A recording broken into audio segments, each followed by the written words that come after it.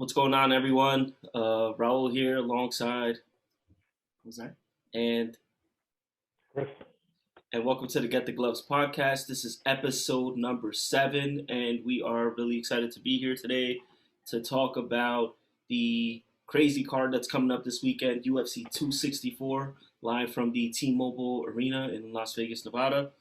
It's headlined by Dustin Poirier and Conor McGregor, finishing off that trilogy, right? It's the third fight with Conor McGregor winning the first one via knockout and Dustin Poirier winning the second fight in recent times via knockout. So let's see, may the best man win, right? That trilogy. See who gets the edge on who, and I think it's a great space to start with that fight there. Kind of breaking it down, talking about it, especially since that second fight is still fresh in our minds, right? Oftentimes we haven't we kind of forget about that first fight, but since that second fight has been fresh in our mind, I think we should start there. Jose, what are your thoughts on what's coming up Saturday night in Nevada between McGregor and Poirier? This is like do or die for Conor, man. Yeah, Listen, for most fighters, a couple losses in a row is not that big of a deal. Like you can rebound from it, but like when you're as big of a star as Conor, like every single loss is just magnified like tenfold. So like he loses to Dustin in the trilogy, like back to back. He's already lost, lost 2 fights in a row already because oh no, he That's one beat. fight. Yeah. So it's one fight in a row. But he needs this really bad. Because people don't even give the Cowboy fight that much even like that validity and stuff like that. Yeah, If I said that right. But he's 1-2 at lightweight. So it's not good. He had that great fight with Eddie back in the day and stuff like that. But I think activity is good for Conor. Like, obviously, back when he was on his crazy run, he was fighting all the time, like every couple months, whatever he's fighting, and obviously he just became this giant star. Dustin's been fighting consistently every year, a couple times a year. His record and winning, bro. And winning.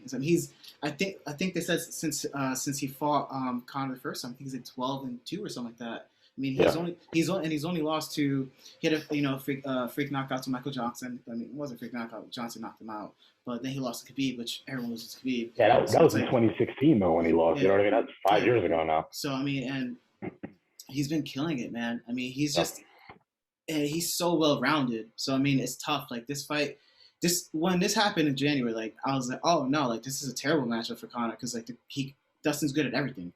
And he's also southpaw, so I think that kind of plays a bit of it. Like southpaw versus southpaw is like not a common thing, so I think that kind of messes with him and stuff like that. Because I think most time southpaw has an advantage over someone who's orthodox and stuff like that. I'm interested to see how Conor comes out. I'm hoping he comes out. He seemed like real flat-footed in that last fight. He was. He was fighting real kind of close, like in a boxing stance, and also in the space and stuff like that. He's better when he's wide stance. That karate. Yeah, exactly. Back up a little bit more stuff like that because when he's using his movement and stuff like that, he was just like trying to box him. And I think that his coaches talked about it. They've just been like too focused on boxing. And he was he thought he was gonna knock out Dustin and go fight Manny Pacquiao a couple months later. Yeah. Like you can't do that in like MMA, man. You gotta be 100% focused in on everything. Yeah. So it's gonna be interesting. Like I'm rooting for Conor.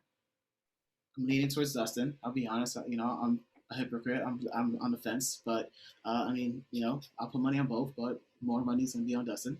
Word. So like obviously, I think you did a good job breaking it down. Basically, what the implications are as far as McGregor goes. But Chris, what are your thoughts like in regards to just the fight overall? It's the way that the cards have been dealt is that the winner of this fight is next in line for a title shot against Charles Oliveira. So what are your thoughts on that? As well? Yeah, so I think it's going to come down to why is Conor here, right? Is he here to chase a championship? Is he here to chase big fights? We're looking at another Jorge Masvidal and Nate Diaz who just chase big fights, or are we looking at a legitimate contender like a Dustin Poirier who, after all these years, all these bonuses, all these wins, is still hungry for that title? Now, with that being said, granted, he took the trilogy fight for the money, which, let's be honest, like everybody's saying, that's a smart move, man. You got to take the money, right? He's got a family. But if Conor is in the mindset that he says he's in, which is I'm here to take gold. I'm here to win. I'm here to avenge the loss. That's a scary man. Now, after the press conference and whatnot, we spoke about this personally, and that was Conor forcing everything, man. It made me feel very uncomfortable to choose Conor to win. Being a huge Conor fan, you guys know I love him. But being a realist, that wasn't pretty, man. It just wasn't a pretty sight. It was almost same old Conor. And you can't take Conor from 3, 4, 5 years ago and bring it into 2021. It just is not going to work against Dustin. Dustin is completely unfazed. You see it. He lost that aura when he got, I don't even like to say knocked out. More of a TKO because he was. There's a difference. He was conscious. You know what I mean? Like, yeah, he was hurt. He was down. It wasn't a KO. It wasn't what people say it is. Definitely TKO.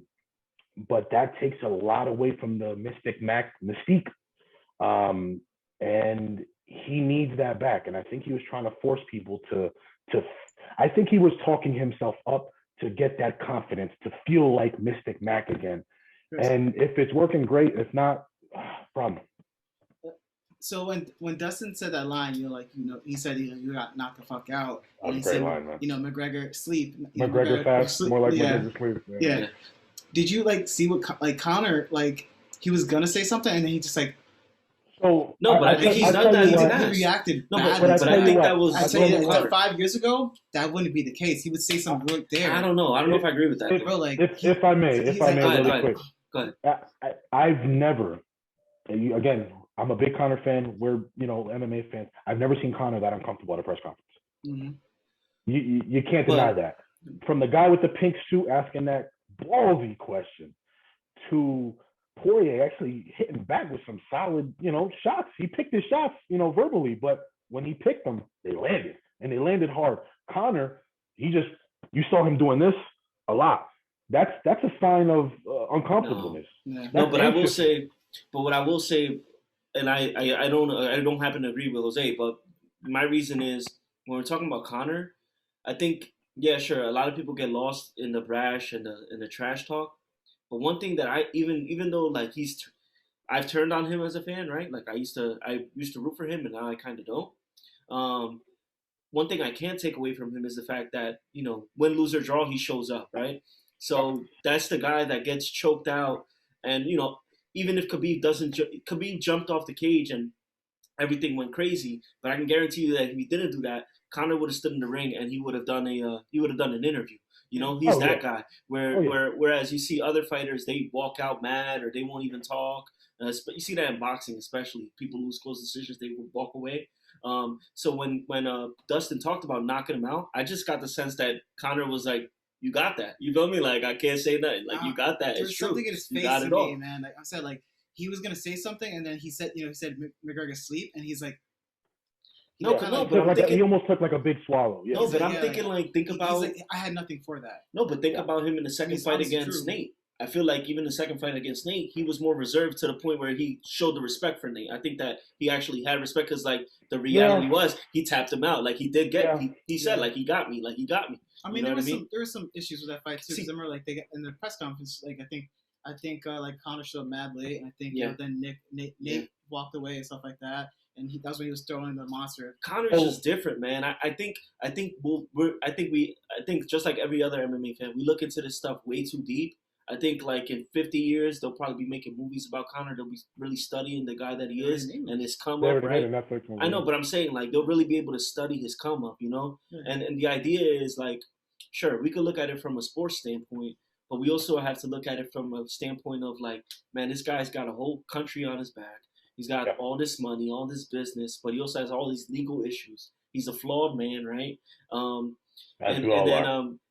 Yeah, exactly. But at the same time, he's got to face his fears in front of the world, And I think that's what makes him different, man. And it's very interesting that you picked up on that because I think we all did, right? Like we saw, it's he just looked like a little sad kid there, where he's like, "Damn, I can't say nothing. He did knock me out, he put me down." You got to eat that. You got to eat it. So that's how I looked at it. I don't think he had something that he was holding back. No, the thing is we all kind of roast each other, right? Like when you get a good kind of roast, whatever, you say something to someone, they're like, "Damn, he got that." Yeah. But like that, they're just like you can laugh at it. No, but there's a difference between a roast and the idea that he did knock him out. I mean, you know what I mean? Like, he got him. Like, So let me ask. Could I ask you real quick, both of you actually, and Raul, I want your take first, if that's all right. Do you think Conor is really in his head with this fight? Do you think because he did get a TKO that it is bothering him to the point where he's trying to hype himself back into the old Conor? No, I think that like over time, even, and I'm thinking future, like even what I said before, even in the future when we look back at Conor's career, Conor is like the special guy, but we also have to admit the fact that he's come up at a real interesting time. I think a lot of his wins and his career so far has had to do with skill, but also luck as well. Like beating up on Mendes, beating up on Eddie, right? And now we see that, sure, he couldn't get Khabib, but he's right back in the spotlight. If he could get past this, he'll go against Oliveira, and he may have an opportunity against Oliveira. Like, those guys are not like, he's got losses, you know what I mean? He's not this unbeatable force. But in regards to Conor, I think that, like Jose mentioned, he's definitely forcing it. You know, I think that real Conor was the Conor from the second fight, right? Like, just trying to chill with them. They're older. They've got kids now. I think that wife talk is like, you know, you forcing that. You know what I mean? Like, that's and it's not even like funny wife talk. Like, I don't know. He's just kind of like, yeah, you know, he's overdoing it. With the hubby. Yeah, he's like, overdoing it. And you know, but at the same time, dude, like, it's easy for us to talk about it. Bro, he set the bar so high. Like, just that Jeremy Stevens comment, bro, where he had the wit and he just did it right there. Who the fuck is that guy? You know what I mean? Yeah. Like, he set the bar so high that we're never going to get those moments again, no matter what happens. Like, grabbing the belt from Aldo in Dublin. Like, we're never going to get those moments again. So, nothing with Aldo hitting his shoulder when they're interviewing. And what separates Dustin from those other title fights, dude, Dustin's like legit, bro. He can legit scrap. You know what I mean? And you know, I don't know if this is the same Conor that knocked out Dustin and Max Holloway. You know, and beat Max Holloway. Like, I think he's a different guy, man. All the money changes you, but at the same time, I also think that it's more so the time out of the octagon. You know, since he's come in. Dudes ain't squaring up and boxing anymore. You know what I mean? It's a technical game, whereas before he may not have had to worry about leg kicks. Maybe he was watching out for a double leg, right? Now he's got to worry about leg kicks, and you know, it changed the game. The game changed with him being gone, for sure. I think so Jose, now you. I mean, it's so much like for him, like so much. There's so much really like to kind of talk about with him, because it's like. He's so rich. I think he just sold Proper 12 for like 300 or 600 million. Yeah. He doesn't need to do anything. He doesn't need to fight. So like, I like the idea of him coming back quickly. Like, obviously he needed stuff to work on. Obviously he lost the fight. He got you know, TKO'd. Him coming back within a year is good, because when he was on that rise, he was fighting every couple months, and he was doing so like people would, you know, step out of, you know, the Mendes fight. You know, Aldo fell out. He fought Mendes on like, you know, almost like a week and a half. Anybody, anywhere. And that the Sanjos fell out once. Yeah, exactly. Yeah, and then he fought Nate. You know, so like obviously he lost that Nate fight, but like with the Mendes fight, that's one of my favorite fights to watch of his, because he went through adversity. He was in trouble. Yeah, he got taken down, and he was getting ground and pounded. Yeah, Mendes was landing elbows, and Mendes was saying, he's like, "Yo, this dude's crazy. I was hitting him with elbows flush to the head." Prime Mendes. He's like, "Yo, he's like, it's nothing. It's weak. It's crazy." So like. He needs to stay active. The thing is, he's just such a star. Like, he's such a star. So he can't just take 2 losses in a row and then like, you know, oh no, I got the next one. Like, other fighters can do that. He can't, because of how big of a star he is. He has all this stuff riding on his shoulders, the money, the fame. So like, he loses 2 in a row. People are like, oh, that's it. He's done. He can't do it anymore. He's washed. And the thing is, like, people either love him or they hate him. Yeah, so like, I try to be indifferent, because I do like him, but like I know the fact that Dustin's so good, so Dustin can't beat him. Probably a lot of lightweights can beat him now. You know, so the thing is, like, he needs to be, you know, keep his head focused and do MMA. That's it. Stop trying to, you know, do, you know, boxing and stuff like that. Focus on what made you who you are.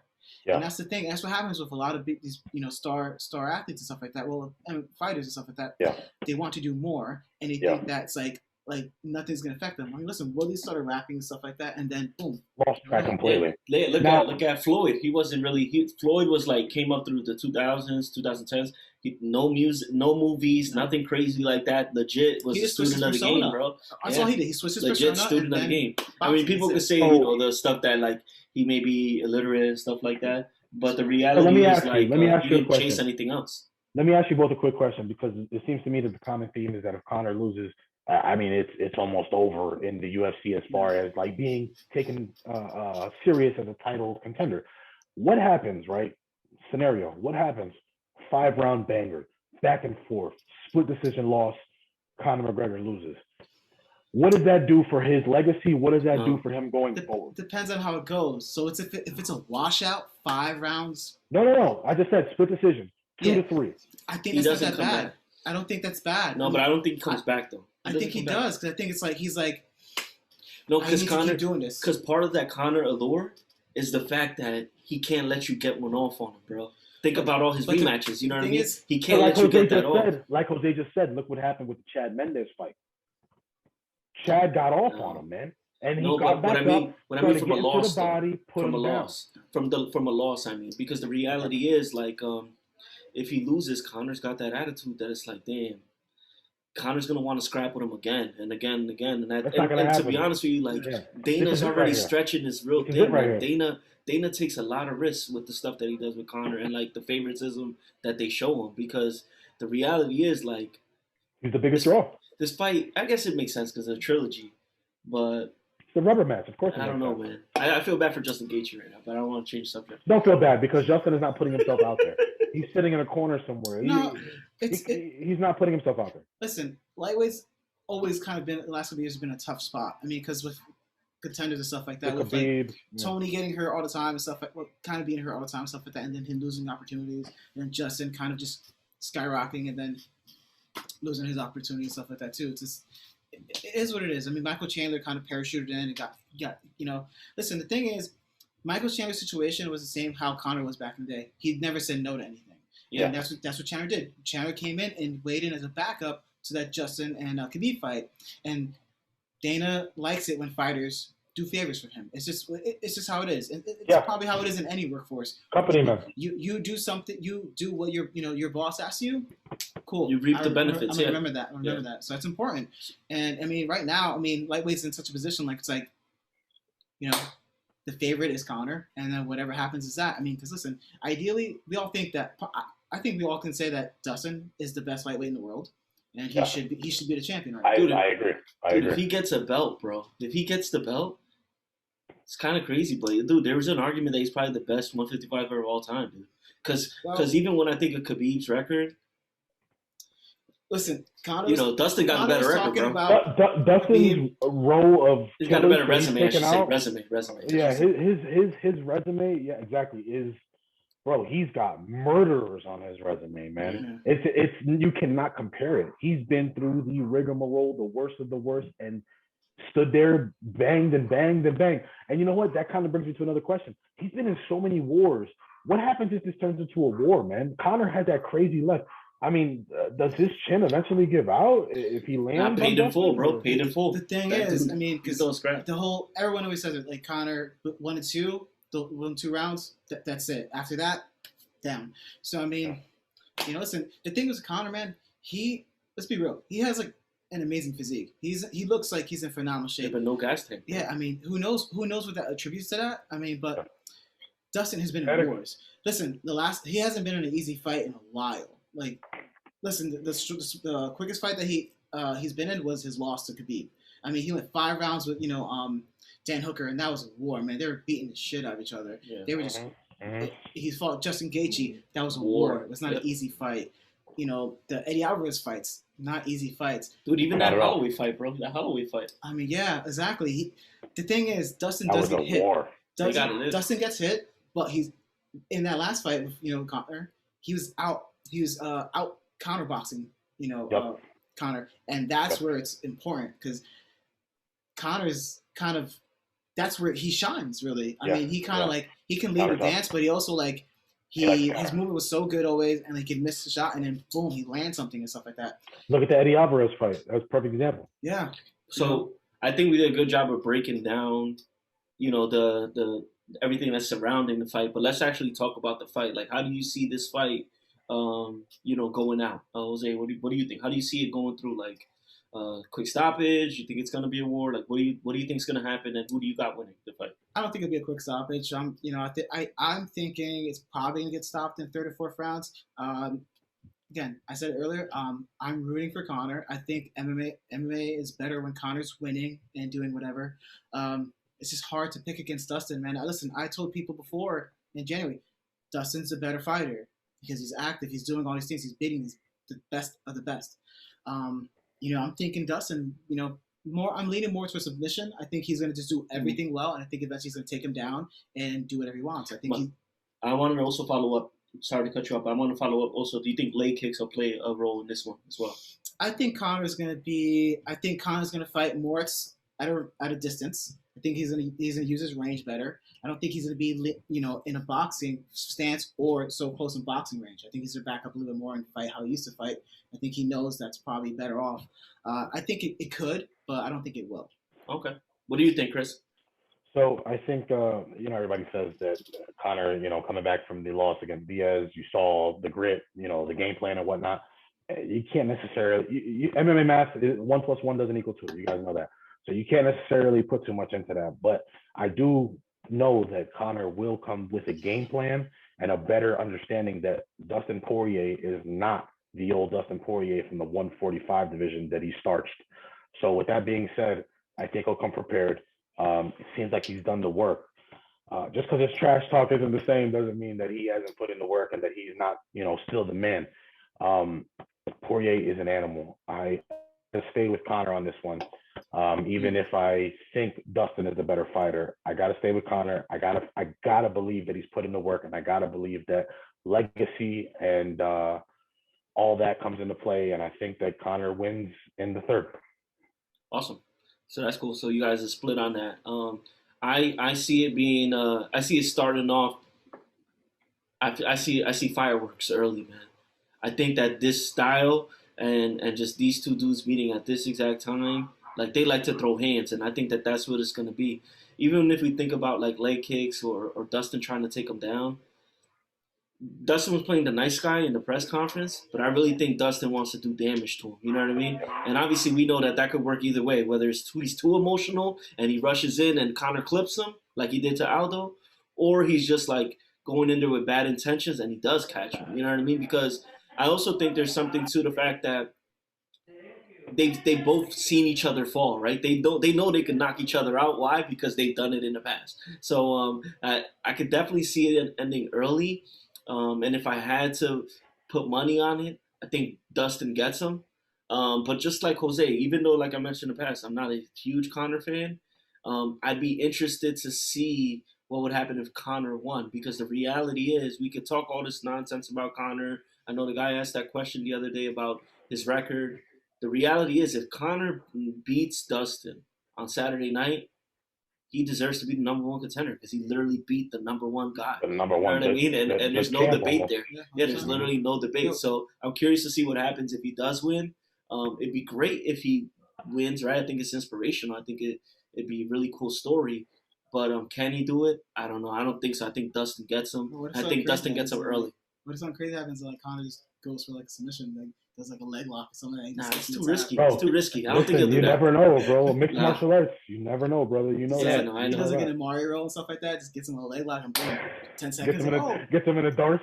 Bro, maybe he's been training with Ryan Holmes fighting. Maybe he drops to the 50-50. Yeah, Ryan Holmes drops to the 50-50. Yeah, that's right. Okay, So I mean, let's talk about the co-main event. I mean, we got a freaking banger again, dude. You got Wonderboy versus Gilbert Burns. I mean, you got the guy who just fought for the title against Wonderboy, who it almost feels like he's been fighting for like 47 years now. Like he's the ageless, timeless fighter. He's fighting top guys for 47 years. He is just an animal, man. And it almost feels like you almost forget that he lost against Anthony Pettis, right? That almost felt like a fluke because that was just strange. And he just came back from that and became better. Raul, I mean, how do you see this fight going? What do you think about Wonderboy coming in and fighting essentially the number one? Well, I guess Colby's the number one contender, but all I know is that out of his last 5 fights, he's 4-1. That's all I know. But what I will say is this: For that fight, obviously it's a scrap, and I think that oftentimes, Conor's gonna bring those casual fans, but he's gonna bring attention. And the reality is for the fans that are gonna be watching this card, they're in for a treat because it's a stacked card. And I know we say this often, but it's a stacked card. And that Conor Dustin fight is just the cherry on top. But in regards to Gilbert Burns against Stephen Wonderboy Thompson, I know that they both have been on streaks. Obviously, like you mentioned before, that Pettis loss was a little fluky. But what I will say is that loss to Usman, I think, changed Gilbert's life. You know what I mean? Oftentimes with these fighters, they take losses that alter their careers, and I think that's what Usman did to Gilbert. Whether he kind of took his soul, like some fighters like to say, or he just humbled him. I think he changed his career. Now that could be two things, right? It could be Gilbert just. He lost it all. He lost the fire in that fight. Or he could say, damn, I was close because he did clip the champion, right? He almost beat Usman. He had him hurt, and he lost it. I'm curious to see what happens. But just to give you a prediction on this fight, I got to probably go Gilbert, man. If Gilbert could do what he did on that streak before, that led up to him getting that title shot, I could see him taking Stephen Wonderboy Thompson down and having his way with him. And that's that. I think back of what he did to Woodley. Obviously, Woodley has been on the downfall since then. But if Gilbert could do what he did to Woodley to Thompson, I think that Gilbert could get this win. And it'll probably be decision, but I think he can get it. So you think he's going to get the decision on this, not a knockout or not a submission? Because people forget he's a submission artist, man. He can shake you down and get you out. I'll just say decision, just because. Wonderboy's a resilient dude too, though. Like, he's hard to get out of there too. You know what I mean? Willie had him crazy, I think it's 18 or something like that. So I would say decision. I think that Wonderboy is the hardest guy to hit in all of the UFC. Jose, what do you think, man? I mean, I really love this fight because I'm a huge Wonderboy fan and stuff like that, and I love Gilbert too because his come up from leaving 155 to welterweight has been fantastic. I mean, I think he won 4-5 run or whatever. He knocked out Maya, and that doesn't happen. Which is unheard of. And he dropped him, and he dropped him, and he backed away because they're both Brazilian. They respect each other. He wanted to do it, and then the ref didn't stop it, so he had to go in there and ground pound him. And I mean, no one's done that. And Maya's fought the best welterweights and middleweights. Everybody. Yeah. Listen, Anderson Silva didn't knock out Maya. Listen, best striker all the time, but the GOAT. Wonderboy is the hardest fight probably in the welterweight division. Not necessarily he's the best fighter, but he's the hardest fight because it's karate style and stuff like that. Hard to game plan for that. I just think that he's so good offensively. He's got great defensive wrestling. He obviously is not a great wrestler. He knows he missed that, but I mean no one's dominated on the ground, stuff like that. So I think if Gilbert takes him down, I think it's probably be a quick stand up and stuff like that. He's gonna use his his grappling skills to get out of whatever position. I mean, the thing is, Wonderboy is actually a really big welterweight, and Gilbert Burns is just a thick ass dude. He's a thick ass dude. Yeah. So I think that Wonderboy is gonna use his stance, his point fighting and stuff like that. I don't think he's gonna knock him out, but I do think he's gonna get the win. I mean, listen, bro, Wonderboy's beat some of the best guys in the 170. He beat Poirier, who everyone loves. He had this hype train and stuff like that. Whatever. And it wasn't even close. He dropped him. It was not even close. I know people like to think of Jorge as a BMF or whatever the hell, stuff like that. BMF is Wonderboy Thompson, what he did to them. And then, listen, after Wonderboy got knocked out by Anthony Pettis, he was beating him until he got knocked out. It's whatever. He fought Vicente Luque, who's a beast. He's no joke. Vicente Luque is no joke. Yeah, exactly. And I think Luque is a dark horse to eventually fight for the title, probably. Hands down. But what he did to Luque was crazy. I mean, he just outstruck him, and bro, he dropped him and he picked him up. That's how he's just such a nice guy. If you don't like Wonderboy Thompson, I don't like you. I don't want to be friends with you. You can't. Don't watch this podcast. Cut it off after this. Get the hell out of here. You got something wrong with him? You're a sick person. No. Relax. Please watch the podcast. No, please watch. But also, you're a bad person. So you got Wonderboy winning second, third decision? I think it's gonna be a decision. I think I mean, listen, the thing is, Gilbert's tough. I mean, I think Usman right now, well, because he knocked out Gilbert Burns the second round, I think it was. Yeah. I just think that he's fine with Usman with Trevor Whitman, and I'm not going to go off on a tangent, but I think him going with Trevor Whitman has really made his striking that much better, and he has the confidence in his hands to do what he did to like Gilbert Burns, Masvidal. I think that's going to be a trend going forward for him. I think he's probably going to start knocking guys out, but I don't think Burns is like some dude just gets knocked out. I think he's chinny and stuff like that. I mean, he's been knocked out by Dan Hooker and stuff like that, but whatever, it is what it is. I'm going decision for Wonderboy. So, you always hear people talk about weaponizing pace, right? You hear GSP weaponize pace. You hear Max Holloway weaponizing pace. Wonderboy is the one guy that I know that really weaponizes distance. He manages distance in a way that you just don't see anymore. Like Jose said, it's a point fighting thing, but he's got some freaking snap behind it, man. Long story short, I got Wonderboy winning by head kick in the middle of the third. I like that. No, I could see it happening, but like you said, I don't know if Gilbert's one of those dudes you could put out like that. I mean, listen, man, Gilbert. I mean, we can talk about his jiu-jitsu background. I mean, he's beat some of the best guys in jiu-jitsu tournaments and stuff like that. So he's very active in general. He fights. He also competes in grappling tournaments and stuff like that. I think he's competed in a bunch of like these no-gi events and stuff like that, and he's beat guys. He beat I think his name is Rafael Lovato Jr. He was a former middleweight champion in Bellator. He beat him. I mean, he's considered one of the best American jiu-jitsu guys in the world, under probably Gordon Ryan. Listen, if he gets Wonderboy to the ground, he could possibly like just get some submission, but I don't think it's gonna happen. What is the chances that he actually uses his jiu-jitsu? You know how it is. I mean, Woodley did it for such a long time. Amazing All-American wrestler. Never wrestled. Fell in love with the striking knockout power. Dorino's fallen in that same category, man. When's the last time you really seen him use that jiu-jitsu in an MMA fight in the UFC? He uses grappling skills against Woodley. He did strike Woodley, but he did whatever he wanted to Woodley. To be real, I mean, it is what it is. Let's be fair. Most people have in the last 3 or 4 fights. No, but I feel like he was one of the. He got him early, no? I mean, what was Woodley's order in those fights? What was Woodley's orders in those fights, though? That's when he messed up his rib, right? Was that when Woodley? No, that was Kobe. So he lost to Usman, then he lost to Burns, and then he lost to Covington, and then Lucas. Then he lost to Lucas. Yeah, and then he lost to Lucas, and then now he's fighting, best boxer in the world right now. Here we go. But what's it called? So listen. So like you mentioned before, that co-main event, solid main event that could headline its own card, right? Thompson against Burns. Then you got Conor and Dustin going at it. We also have a kind of rising star, I guess, someone that's been able to use social media to his benefit, rising through the ranks of Dana White's Contender Series. Sean O'Malley's going to be on this card. For those who don't know what we're talking about, Jose, you want to introduce that fight that's coming up on Saturday night? Yeah. Sean O'Malley, he's fighting a newcomer to the UFC, Chris, I think Moutihno. I'm sorry. Moutihno.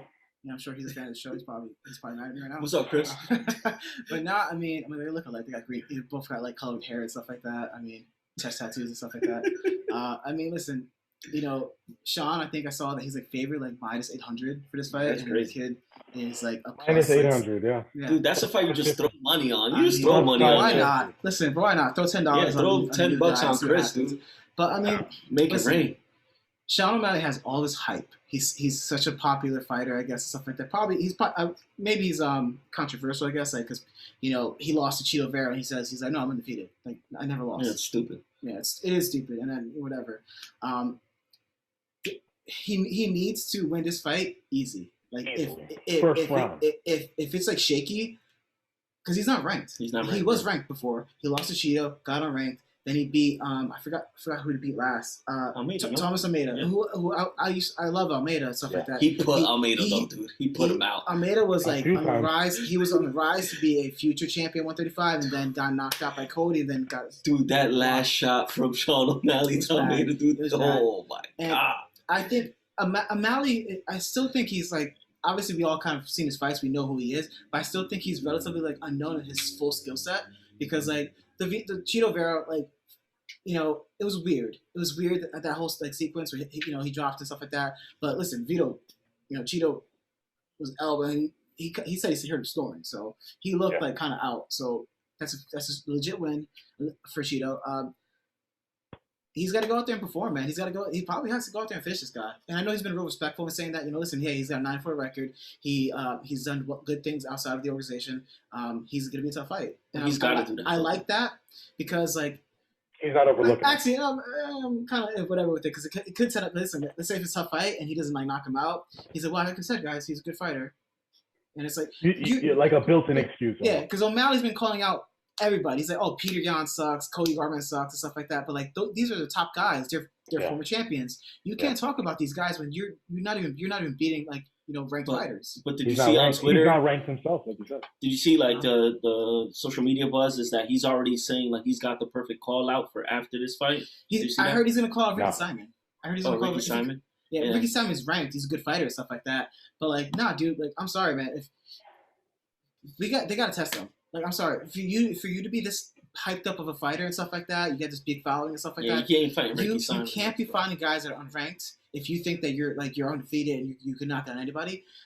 Because of the guys he's knocked out, they haven't been great, man. They haven't been like the best of the best. So like he needs to get challenged. Dude, Cheeto's a dog, and Cheeto beat him. Cheeto's a dog. Cheeto beat Aldo, bro, and Aldo know Aldo beat Cheeto. Yeah, Aldo beat Cheeto. I think he finished him too. Yeah, he beat him. Yeah. But Cheeto just won his last fight though. Yeah. Cheeto just won his last fight against a legit dude. But in regards to Sean, like yeah, man, I think he's getting to the point where he thinks he's one of those top dudes. So like he thinks he's Peter Yan on Twitter, like where he tried to act tough and be funny. I think Peter Yan. Yeah, but the reality is like sure, anybody can have a social media presence, but you got to back it up in the octagon, and you got to do it against top guys, right? So he's got a lot to prove. If he loses this fight, man, I don't know, man. I think he could probably be on a chopping block soon, bro. If he loses this fight, not yet, because again, people love him. They pay to see him. But at some point, dude. That's it's gonna be hard to explain to people that this guy's making all this money and he ain't beating anybody. He has to get challenged. Like I said, if he wins this fight, I don't care if they probably will make him ranked after, which makes no sense. They got to give him someone ranked. I would love to see him fight someone like damn it, I didn't say his name. Yadong, Sun Yadong, I think his name is. I would like to see him fight a ranked guy who can throw hands, because that dude's good. Give him somebody who can fight. Give me Jimmy Rivera or something like that. Give him someone ranked, someone who could test him. He needs to get tested. But long term, I wouldn't mind seeing him fight Sandhagen, bro. I think Sandhagen might be fantastic, because that would be a good scrap. I think they're built because they're big. Yeah, they're tall dudes. They're built, lanky, skinny guys. Sandhagen's fighting who? TJ? Yes. Yeah. Actually, I think it's next week or in 2 weeks from now. It's coming up. It's end of the month. End of the month. Yeah. I would like to see that fight long term, but mostly it's because I'd like to see if Sandhagen could do what he did to Frankie, to Sean O'Malley, and shut him up. But that's just me. Give Sean O'Malley Frankie, bro. I think I heard that Frankie just woke up from that knockout. Actually, yeah, I wouldn't mind seeing him fight Frankie. I wouldn't mind seeing that. Frankie, and if Frankie beats a good young up-and-coming fighter like Sean, I mean, that puts him back in the conversation. In the picture, he hasn't had a really, really solid win. I mean, that could be good. If he loses, then we're having a different discussion. But personally, I would like to see Frankie versus Dominic Cruz. I think that makes a lot of sense. That's just me. Well, I think Dominic Cruz deserves a little better than Frankie at this point. Wow. What are your thoughts on the fight, though, Chris? I agree with you guys 100%. I think Sean hasn't necessarily proved anything. He's had good wins. Absolutely. He looks great. But everybody looks good when you got talent and you're not necessarily going up against solid talent. No disrespect to any of those other guys, but Sean is special. He has a lot of good talent, a lot of good moves, a lot of good striking, very sneaky. He's a weird mix between Wonder Boy and Conor McGregor. You know what I mean? He's got this outside striking and the brass, and he's got this social media presence and the hair and trash talk. But you got to give him somebody who can actually pose a threat. I think we often agree he does have the it factor for someone who hasn't really necessarily proven that he's like one of the best guys in the world. People want to see him fight. He has his viral knockouts and stuff like that. He's exciting to fight. I mean, dude, that when he had that 3-round war against Sung Hatan, whatever his name is. I'm sorry. He broke his foot, whatever, and he was like He on the won floor. with one foot. He's talking to Joe Rogan on the floor. He's like, "I fucking love you, Joe Rogan." He's like, "I love you too, buddy." Like it was like, I remember that interview. He's just like people. His viral moment. Yeah. Yeah, I mean, you know, but again, he's got to go out there, take care of this dude, and some of the comments I've heard from this kid, Chris, he's like, whatever happens in this one is what it is, but I'm gonna prove myself in the next fight. I was like, you don't want to hear that from a fighter. Yeah. I was like, no matter, I think at the end of the day, we all like want to hear, and fighters should want to say it to themselves, like, no, I'm gonna go out there, I'm gonna get this. Like, dude, this is a very big shot for Chris. This is a big shot, dude. Listen, it's a huge shot, bro. If he ends up getting over on Sean, bro, he's on the map insanely, dude. Yeah, I mean, he just said he quit his job and stuff like that. I mean, listen. People are probably rooting for him too. I mean, besides people he knows, but people like fans who probably don't like O'Malley. They're like, "Yo, this kid, he can get it done." Anytime you get O'Malley in there, he's so polarizing that whoever he's fighting, they're gonna have a bunch of fans because they're like, "Dude, just shut this guy up." But one thing that I did want to mention though about O'Malley is can't take the viral stuff away from him, dude. He's been putting dudes out. But one thing I didn't like was there's one thing about getting those viral knockouts, and then there's another thing is chasing those viral moments. And when he knocked out Thomas Almeida the first time, and he tried to do the walk off, dude, that could have worked against him, bro. Because he could have finished him right there, you know. And when you're fighting at this level, bro, you can't afford to make like those kind of childish mistakes, you know. Because Thomas Almeida's a tough dude. He could have got up from that knockout and actually beat him. You know what I mean? If that was prime Almeida, we're having a different conversation. Yeah, so you can't chase that stuff. You know, you can't chase it, especially as the competition gets better. You know, that could have been a very bad mistake on his behalf. I do think with that fight, I mean, I think he knew that he was rocking Almeida. Yeah. I think I guess he thought the ref was gonna be like, nah, like this dude's been taking the beating, like it's over. But you know what, man? You just never know, bro. Look, man, I'm gonna go personally against the grain. And I'm going with the fucking Chris Moutihno, bro. I'm going with the new guy with green hair, the Joker hair. I understand that you guys technically have the same name, but he does spell with a K. So, it's a K. But you know what? I gotta get. He might be a Kardashian, dude. That bet's better than prime Bitcoin, bro. Listen, man, I'm getting throw 20 on him, Chris. All the chips. I can't. I'm in North Carolina. You guys got to do it for me, man. You're trying to get me locked up, baby. It's illegal out here. I put 200 on. Listen, dude, 200. Bro. You might stack $1 million if he wins. Listen, think about it, bro. We just said it. Who has the most to lose? Who has the most to win? Chris has everything to gain, bro.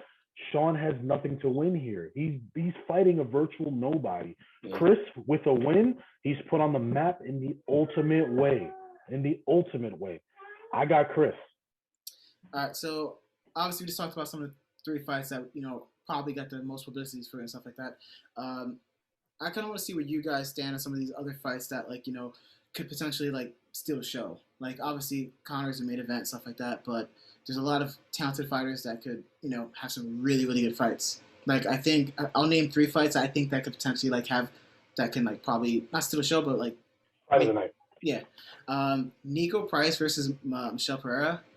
That is going to be a banger. I mean, these are 2 guys that they're wild. So Nico Price, he has knockouts from crazy positions. Him being on his back, the up kicks. The up kick against James Vick, and then when he just he was on his back, he had this dude in a crazy position. He's hitting him and knocks. He just went straight to sleep, and he was in a terrible position. It's crazy. That noise from that up kick, bro. Every time I watch thing and I hear that noise, and it's James Vick hitting him. You know those balloon guys that stand outside of cardio strips? That's how James Vick fell. He was like, dude, but you know the noise that I'm talking about, right? Like that contact noise, dude. It was that heel to jaw. Yeah, it was nasty. Bro, he was and went sleep. That I think is gonna be a real fun fight. I think Tai Tuivasa versus Greg Hardy, who's a very polarizing figure in MMA and probably in the world in general. I think that's gonna be a crazy fight. I mean, I saw an interview today with Greg Hardy. He's like, what is the reason behind you calling out Tai Tuivasa? Is is it because you don't like him, or you just want to beat him? He's like, because he's a savage, and I want to go against someone who's not gonna take me down and stuff like that. Which is kind of yeah, it's stupid. It's MMA, dude. Then don't do MMA. Yeah, do kickboxing. What do you want? Yeah. He wants to go out there and bang. I mean, I think that's literally what he said. He's like, hey man, let's bang. It's like, No, don't That's say what that. people love, man. I was like, don't say that, but whatever. They want to That's fight. what people love. Yeah, but no, like, I think those are two good fights. One fight I'm really looking forward to too is Ryan Hall versus, I'm not gonna say his first name because I don't know how to say it. To Poirier. These are two guys that they're both super great grapplers in jiu-jitsu, both black belts in jiu-jitsu. Ryan Hall is known for his jiu-jitsu. Poirier is he's Georgian, and I think he fights out of like Spain or something like that, or he represents both countries and stuff like that. He is a savage. I think he's got great grappling, but he's also got hands. So like this fight, I think people are gonna sleep on it. It's gonna be a fun fight. It's at 145. Yeah, it's at 145. So a featherweight fight. I love watching Ryan Hall fight. He can't even get fights, dude. Yeah, me too. People want to fight him. They tear him down. I mean, he was supposed to fight Dan Egan. He got hurt and stuff like that. It's the first time he's ever pulled out of a fight. But like he's been in the UFC for like almost like 6 years now. He's fought probably like 4 times. They don't want to fight him because of his ground game is so crazy because he does. It's not necessarily like a Damian Maia where like he's gonna stand and strike you for a bit and then take you down. It's more that he is going to go for an Amari roll. He is gonna go for your leg. What he did when he fought BJ Penn, I think the fight lasted like 20 seconds or 30 seconds. They were standing and then he went for a roll, got on a leg lock, and that was it. I mean, that can happen tonight. You never know, but tomorrow night, whatever. But I think it's a really good fight to watch. I mean, what do you like? I know I'm talking. Listen, man. I gotta say, bro, you are insane for not mentioning Carlos Condit versus Max Griffin, the welterweight fight of one of the most violent fighters. People for some reason forget that Carlos Condit is still fighting. He's such a legend, man. This guy put people to sleep for a reason. He's so tough, and Max Griffin has some power. They both are coming off of 2 wins in a row. This is going to be a banger, bro, from beginning to end, man. Oh, I love it. This is definitely going to be fight of the night. If not, knockout of the night. Yeah, and I think that it's really cool that you mentioned a lot of the other fights and the idea that some of these fights could very well be the sleeper of the night. They could steal the show. Let's not forget that there's going to be a crowd there, and that Conor crowd is a different type of crowd. A different crowd. So all it's going to take is a few good scraps, and we're going to get that good crowd the entire night. And like the Apex was cool for a while, but I just feel as though like when that crowd gets really into it, the fighters get into it, and you don't see them really laying on each other or anything like that. They want to bang. So I think if some of these fights set the tone early, man, we're in for a special treat. Yeah, I mean, for sure. Today I saw on DC was talking to the media. He was saying like he thinks that both these guys. They react way different. The main event, I'm talking about Dustin and Conor. They react way differently to 2 crowds. Conor feeds, which he said, which is weird because I mean Dustin's his guy. They're both from Louisiana and stuff like that. He said that Dustin doesn't like the crowds. No, he's more of an introvert. And he mentioned that, and then he said Conor feeds off it. So like that's to me like crazy for him to say because listen, Dustin's his boy. He wants Dustin to win most likely. For him to say that Conor is better with crowds, it's interesting, man. I mean. Yeah, that's a very good point. Let's. I know that we talked a little bit about that Conor fight, but let's do something a little different as well. Like let's kind of like talk about let's talk about like a little bit of a hot take. Like what's something that you think should be a headline that people aren't talking about that could very well happen? Like something that's been stuck in my mind is like, obviously I think Chris talked a little bit about it before. This is make or break, and you talked about it. It's make or break for Conor, right? But what about Dustin? I think that oftentimes people talk about the title, but could you see Dustin retiring after this fight if he does get a win? Especially since lately he's been talking about fighting and his love for it, and if he even likes it anymore. Do you think that is that like something that could be possible at the end of the night? He's mentioned he doesn't necessarily love it. Like he loves the fight. He just doesn't love everything that comes with it. Yeah, like exactly. Yeah. Could you see him walking though? I mean, what was that? Could you see him walking away though? No, not bro. After if he if he wins against Conor in a trilogy fight, that is the height. That is the height that anybody could get at this moment as far as UFC, man. Conor, no matter how you feel, indifferent or not, is the biggest draw in the UFC, man. It does not matter what he does. It is gold, and people feed on it. If he wins, he has to fight Charles Oliveira. He beats Charles Oliveira. Go ahead and walk away in the sunset, brother. You deserve it. Yeah, but I don't think really you were going off that. I think we're talking about if he loses. If he loses, I mean. Oh, if he loses, it's different. So this is going to be a big payday. It's going to be a big payday for him, regardless. He's going to get a lot of money from it. But I was saying if he wins as well, though. if he wins, I mean, he's gonna go for that. He wants that No, title. but I guess what I was thinking about was the reality after is the title, if he wins it. that division right now is kind of in a weird space because sure, let's face it, like Charles got the title, he deserves the title, but the reality is I feel as though like whoever gets that belt, they're not gonna really have that sense of fulfillment, because Khabib just like oversees that division, man. I don't and agree like with that. it's one of those things where it's like even if Dustin gets it, sure, like we said, he's done everything that you can do in the sport. If he beats Conor again and gets that belt, his resume can be put up against any other fighter that's stepped into the octagon. But it's like at that point, I don't know, man. I think Dustin's a different type of dude, man. Different type of dude. So here's what I think, right? So GSP, right? Considered the greatest welterweight of all time, right? No, he said the guy GPS. from Captain America? No, he said GPS. Yeah, the guy from Captain America. Okay. Yeah, GPS. He walked away technically without losing the belt. You can't necessarily let that hang over, right? Usman is now changing the narrative on that for the first time ever. Even Woodley wasn't able to change the narrative. He was getting kind of close, but not in the way that Usman is. Usman is so dominant. So who's to say that if Oliveira or Dustin or Conor, whoever wins the title, goes on a 5, 6, 7, 8, however long they decide to or are willing or able to defend that belt, can't change the narrative, man. That was his idea. That was his prerogative to retire. You can't chase a ghost, man. This isn't the NBA. That's not how it works. I don't necessarily agree with that, man. You can't let the Khabib ghost hang over anybody. Yeah, he was amazing. He was dominant. He was special. He walked away. That era is done. A new era needs to take over. Word. I mean, look, I think at the end of the day, like, whoever wins this fight, they fight Charles, let's say they beat Charles, there's no one right now I see in the lightweight division who's going to hold on that belt for a while. Every single lightweight can beat each other. That's for a fact. Listen, Charles won a belt. Michael Chandler almost knocked him out. Very close. He almost knocked him out. It was very close. And, listen, we can have Michael Chandler as a champion. And then, who knows how he would fight either one of these guys. Listen, it's not like, listen, Khabib was at a different level. And at one point, Conor was at a level like that too. And no one thought they would see him lost.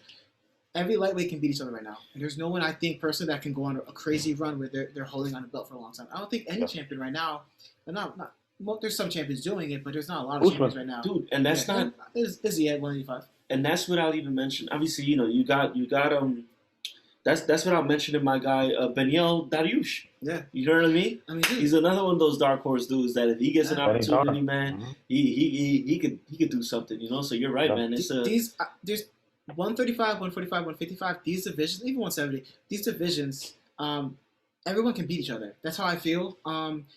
Obviously, Usman is doing something special at 170, but, like, all these guys... Don't forget about Izzy.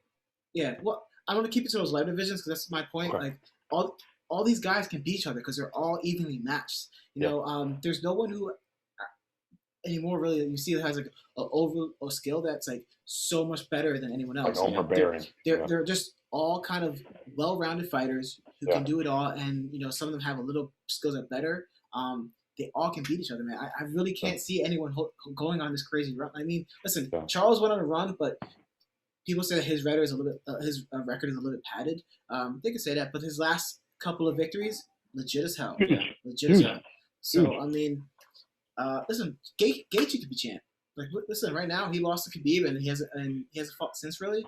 Everybody lost to Khabib. Listen, him and he can his next win. He can. Dude, even Hooker, bro. Hooker could come back and string a few wins together and do his thing. I mean, there's got to be there. Even when we talk about Hooker, I mean, I think the pandemic and everything that's going on outside of the octagon could have played a role in that fight as well, very well, because he had to quarantine like no other in the UFC. So, I mean. That's a really good point, man. That division is stacked, and I think we say that about every division and every card. But the reality is, man, any of those guys could be winning that strap. I tell you what, man, it is a beautiful time to be a UFC fan, bro. There are fights after fights after fights every week. Even if you don't know the name, they are trying to prove something, and there is some magic being held, man. It is a great time. We've talked about this card entirely and stuff like that. All the fighters we're looking forward to and stuff like that. I don't know about you guys, but I'm a crazy person. I like to watch from beginning to end. If you are any UFC card, whether it's a it's a fight night, whatever. It could be on Fight Pass, whatever it is. don't forget that these undercard fighters, they're great fighters too. I mean, they eventually become these guys that are headlining cards. Conor McGregor wasn't always a headliner. Like, you got to understand that. Listen, you never know. Ryan Hall, Term Viles, Jessica I could all be headlining these big cards eventually and stuff like that. Pay attention to everything. Listen, a lot of these viral knockouts you end up seeing are on the undercards because you know why? They know that they got to do what they can to get the spotlight. So it's gonna be a fantastic card. Conor cards, everyone tries to do their best because they know a lot of eyeballs are gonna gravitate towards it. So I mean, listen, go out there, watch. Listen, if you're watching on your phone, whatever it is, go out there, support this card, have a good time. I mean, I think this Saturday we're all gonna have a great time watching it. That's all I really got. Yeah, I think you did a great job. That kind of puts the bow on our overview of UFC 264, which is this Saturday, live from the T-Mobile Arena in Las Vegas. Obviously, being headlined by the trilogy fight between Dustin Poirier and Conor McGregor. I hope that you all enjoyed our overview on some of the big fights and some of the sleeper fights on the card.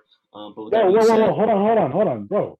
What's up? I mean, can I go, or are you just gonna take over everything? Go ahead. You know what? Hold on. You know what? I'm not liking where this is going. You know what I want you to do?